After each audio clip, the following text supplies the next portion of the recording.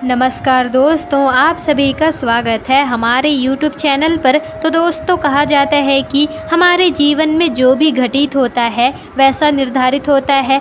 रामायण में तुलसीदास जी लिखते हैं, जन्म विवाह मरण गति सोई, जो जस लिखा तहाँ तस होई। दोस्तों, हमारा जन्म कहाँ होगा, कितने दिन का होगा, हमारी मंजिल कहाँ है, कब है और कैसी होगी दोस्तों, एवं विवाह कहाँ और किसके साथ होगा, यह हमारे भाग्य में जन्म से पहले ही विधाता लिख देते हैं। इसलिए कहा जाता है कि जो भाग्य है उसे कोई भी बदल नहीं सकता, वह स्वयं विद्या भी बदल नहीं सकता।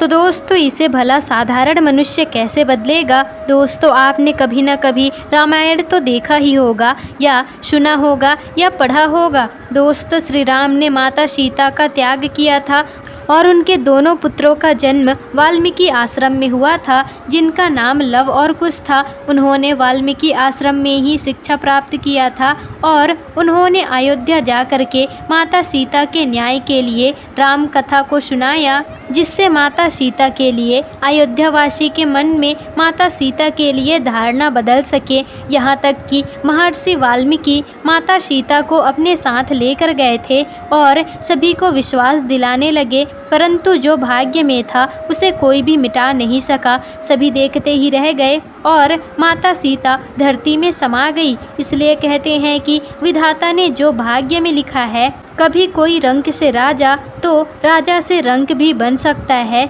यह भाग्य का ही खेल है। परंतु दोस्तों, जिस तरह आज का कर्म हमारे भविष्य का निर्माण करता है, ठीक उसी तरह कुछ इस जन्म में किए गए कर्म के शेष हमें अगले जन्म में भी मिलता है। वही कर्म फल हमें आगे चलकर प्राप्त होता है। दोस्तों, अपने कर्म से ही प्राणी जन्म लेता है और अपने कर्म से ही मृत्यु को प्राप्त भी होता है। उसके जीवन में दुख सुख भय जो भी होता है वह उसके कर्मों का ही फल होता है। उसे प्राप्त करके ही वह प्राणी कहता है कि यह हमारे भाग्य में था। भाग्य की उत्पत्ति भी इसी प्रकार होती है। इसलिए प्राणी जैसा कर्म करता है वैसा ही उसका भाग्य भी होता है। शुरुआत कर्मों से ही होता है। हमारे कर्म के अनुसार ही हमारे जीवन की उत्पत्ति होती है दोस्तों, जिसे कोई भी मिटा नहीं सकता। उदाहरण के लिए, जैसे विद्यार्थी जिस प्रकार से परीक्षा की तैयारी करेगा उसे उस प्रकार का ही परिणाम मिलता है, वह उसी प्रकार का ही परिणाम लेकर आता है। ठीक उसी प्रकार आपको उसका परिणाम मिलता है। यहाँ दोस्तों, यहाँ पर विद्यार्थी एक जीव है जो कर्म कर रहा है और शिक्षक विधाता कर्म के अनुसार फल देता है। इस संसार में सबसे भाग्यशाली मनुष्य होता है। बहुत मेहनत से ही मनुष्य का जन्म मिलता है। दोस्तों, यह मानव शरीर में जो मोक्ष का द्वार होता है, जो बाकी के जीव है दोस्तों, पशु पक्षी जानवर आदि वैभव की योनि में जन्मे हुए हैं, और जो व्यक्ति मनुष्य का जीवन प्राप्त करके भी मोक्ष को प्राप्त नहीं करता, वह 84 लाख योनियों का होता है और मरता रहता है।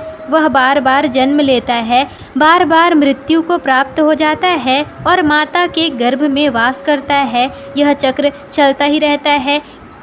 इसलिए मनुष्य को जन्म विनाशिता के लिए ही नहीं, लोभ के लिए ही नहीं, पाप के लिए ही नहीं, बल्कि दूसरों को पीड़ा देने के लिए ही नहीं दोस्तों, मूर्खता के लिए ही नहीं, घमंड के लिए ही नहीं, मनुष्य का जन्म कर्म सुधारने के लिए है और कर्मों को बनाने के लिए भी है। और जब न्यायप्रिय होंगे तभी यह संभव है। दूसरों के सुख दुख को समझेंगे, दयावान बनेंगे, दूसरों को पीड़ा नहीं देंगे, धर्मात्मा बनेंगे, जीवों पक्षियों पर दया करेंगे, अपने एवं दूसरों के हित के लिए सेवा करेंगे, लालच नहीं करेंगे, ईश्वर की भक्ति करेंगे। कर्म के अनुसार ही विधाता भाग्य लिखते हैं और उसे कोई भी काट नहीं सकता। वही जीव को भोगना ही पड़ता है। और दोस्तों, अगर हम यह कहते हैं कि भगवान राम ने जो कर्म किए थे, जो उन्हें दुख भोगना पड़ा था, तो पहली बात यह है कि भगवान राम और इंसान में बहुत ज़्यादा अंतर है